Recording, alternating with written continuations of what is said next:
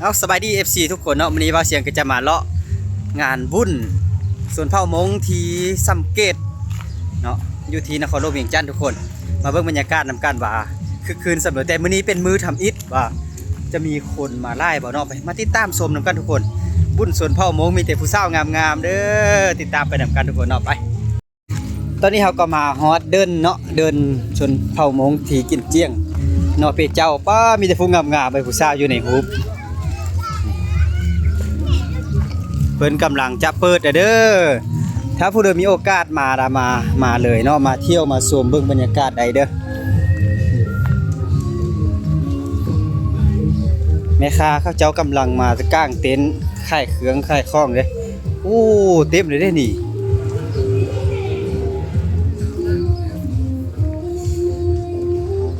เดี๋ยวมาเปิดทานนะเนาะ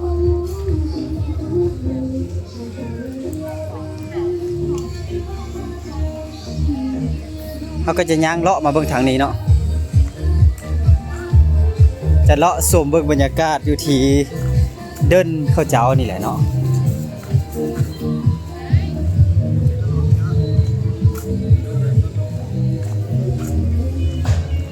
จัดหานอย่างต่างๆครบเลยเด้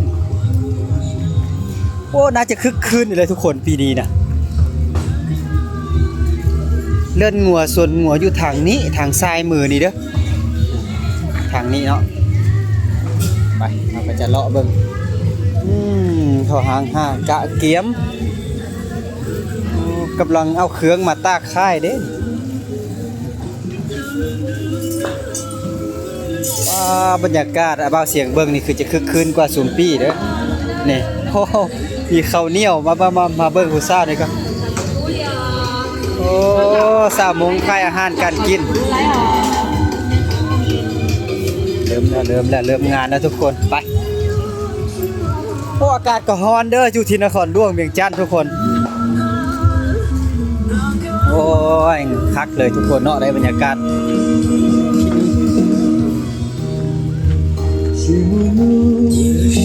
โอ้ยังบ่มีผู้สาวงามมาเราไปมอดแจ๊บปีกันยังใส่เด้อเราไปเราเดียวสามไปใช้เด้อเจรอจะเราไปมอดแจ๊บเราเนี่ยยังอย่าไปที่เขาสินค้าอย่าไปใจได้อ๋อเจยังใส่เราได้หมูใช้เด้อเนาะยังหมดที่เราผู้สาวงามค่ายยังเด้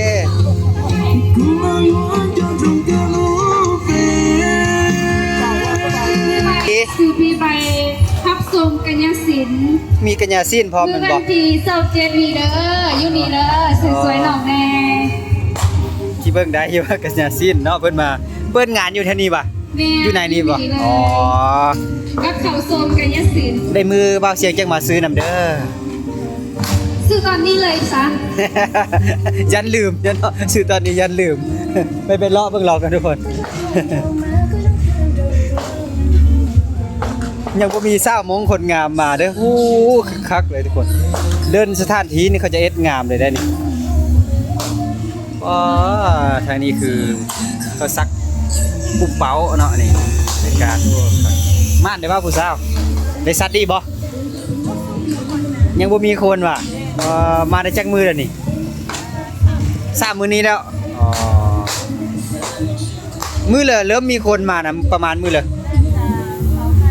25 26กำลังอ๋อตอนนี้ก็เขาเจ้ามาจัดฮานไปซื้อๆเนาะโอ้มวนเด้อน่าจะคึกคืนนี่แหละทุกคน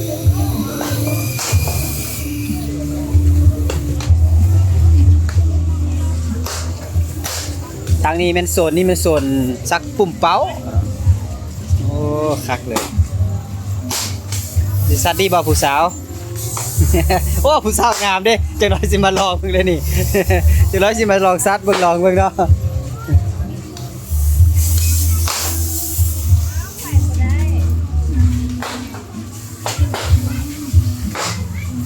โอ้น่าจะคึกคืนกว่าสุ่มปีก้อนนะทุกคนเนาะเบิ่งบรรยากาศที่เขาเจ้ามาค่ายนี่เริ่มมาได้นี่แต่งตัวงามๆมาได้นี่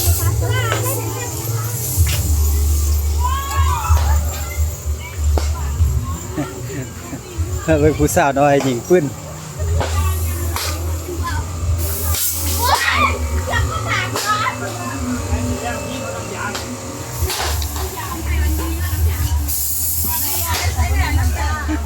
เอาลองเบิ่งถ้าเบิ่งผู้สาวยิงปืนนี่เนาะโอ้ตกแท้เก่งเนาะเก่งหลายเก่งหลายเอาวันนี้ตื่มดู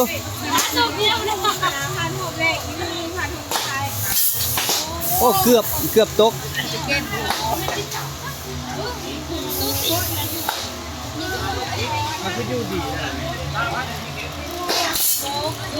โอ้ตกสาวน้อยนักเหียนว้าไล่ๆแท้ว่าผู้สาวนี่ เลยกระตุ้นได้แท้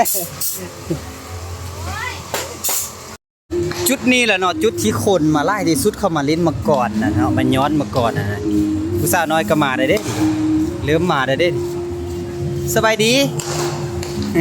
โอ้ยังบ่มีคนไล่เนาะ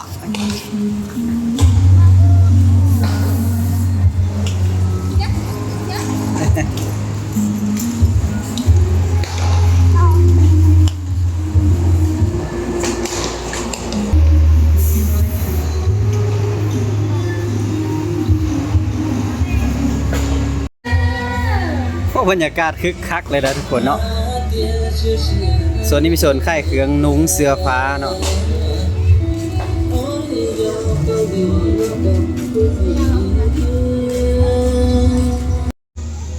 เดินบ้านเนาะกำลังเตะบ้านเริ่มเลยนี่มื้ออื่นเขาว่าน่าจะขนไล่เด้อมื้ออื่นเด้อ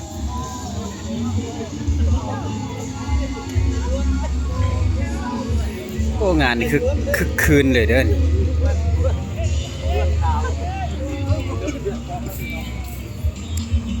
ส่วนในส่วนบูดเบียร์โอ้คือคืนในทางนี้ก็